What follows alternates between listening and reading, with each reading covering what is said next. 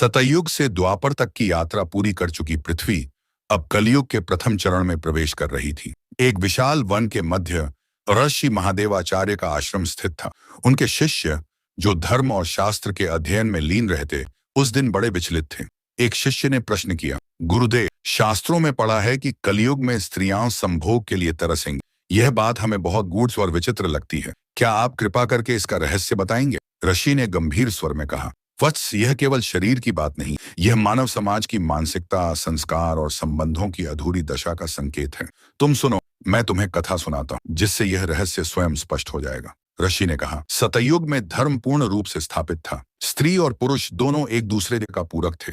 प्रेम और समर्पण ही उनके जीवन का आधार था। त्रेता युग में धर्म 3 पैरों पर खड़ा रहा, किंतु फिर भी स्त्री पुरुष संबंध पवित्र रहे। ऋषि ने शिष्यों को एक प्रतीकात्मक कथा सुनाई। एक बार नागराज वासुकी ने पृथ्वी माता से पूछा, माते, तुम क्यों इतनी बोझिल और दुखी दिखती हो? पृथ्वी ने उत्तर दिया, कलयुग आ रहा है, जहां लोग मुझे माता न मानकर केवल भोग वस्तु समझेंगे। वहां स्त्रियां, जो मेरी ही अंश हैं, अपने पवित्र स्त्रीत्व से वंचित कर दी जाएंगी। पुरुष उन्हें केवल शारीरिक सुख की वस्तु मानेंगे। वे आत्मीयता से वंचित होंगी और सच्चे दाम्पत्य सुख के लिए तरसेंगी। वासुकी ने कहा, क्या वास्तव में ऐसा होगा? पृथ्वी ने आंसू बहाते हुए कहा, हाँ, यह शापित समय का सत्य है।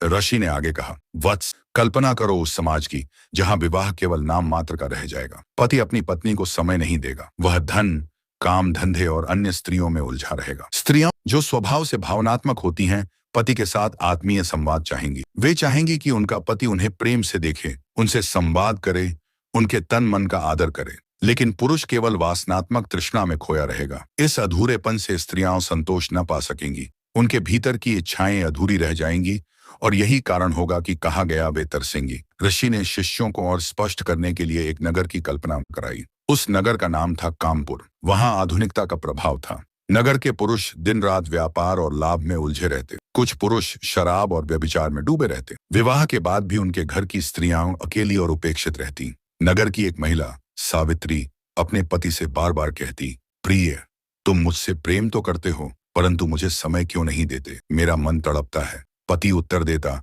मेरे पास बहुत काम है, प्रेम की बातें बाद में होंगी। दिन बीतते गए। सावित्री का हृदय प्रेम और आत्मीयता के लिए व्याकुल होने लगा। उसे लगा मानो शास्त्र की वह वाणी सत्य हो रही है।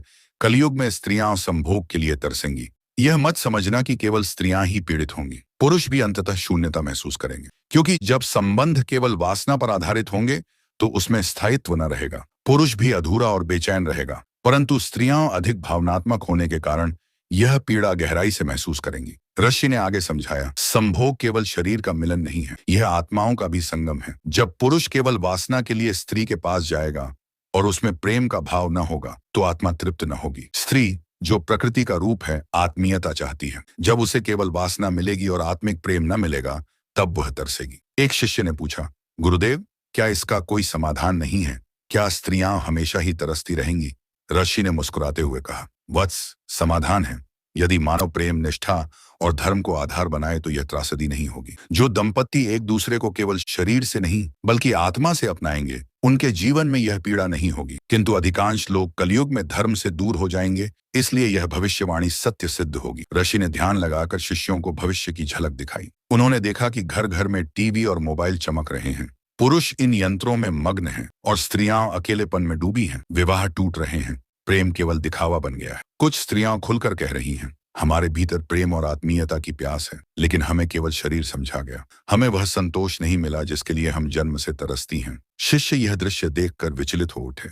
ऋषि ने शिष्यों को उपदेश दिया, इस रहस्य का अर्थ केवल यह नहीं कि स्त्रियों को शारीरिक संतुष्टि नहीं मिलेगी। इसका सच्चा भाव यह है कि कलयुग में प्रेम, आत्मीयता और विश्वास की कमी होगी। जब तक संबंध वासना तक सीमित रहेंगे, स्त्रियां और पुरुष दोनों ही अधूरे रहेंगे। इसीलिए यदि तुम सच में कलयुग की पीड़ा से बचना चाहते हो तो अपने जीवन में धर्म, प्रेम और निष्ठा को सर्वोपरि मानो। तभी इस भविष्यवाणी का असर तुम पर नहीं होगा। शिष्य हाथ जोड़कर बोले, गुरुदेव, हम समझ गए कि यह चेतावनी है, न कि केवल भविष्यवाणी। हम प्रण करते हैं कि अपने जीवन को पवित्र और आत्मीय बनाएंगे। ऋषि ने आशीर्वाद दिया और कहा, यही कलयुग से बचने का मार्ग है। यह कथा हमें सिखाती है कि कलयुग में स्त्रियां संभोग के लिए तरसेंगी का वास्तविक आशय केवल शारीरिक नहीं बल्कि भावनात्मक और आध्यात्मिक अधूरापन है। जब संबंधों में प्रेम, संवाद और निष्ठा का अभाव होगा तो स्त्रियां और पुरुष भी अधूरे रह जाएंगे।